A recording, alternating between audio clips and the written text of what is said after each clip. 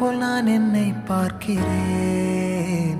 ஏதுமில்லாமலே இயல்பாய் சுடர் போல் தெளிவாய் நானே இல்லாத ஆழத்தில் நான் வாழ்கிறேன்.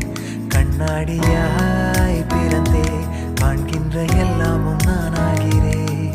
இரு காலின் இடையிலே உரசும் பூனையாய் வாழ்க்கை போதும் அடடா.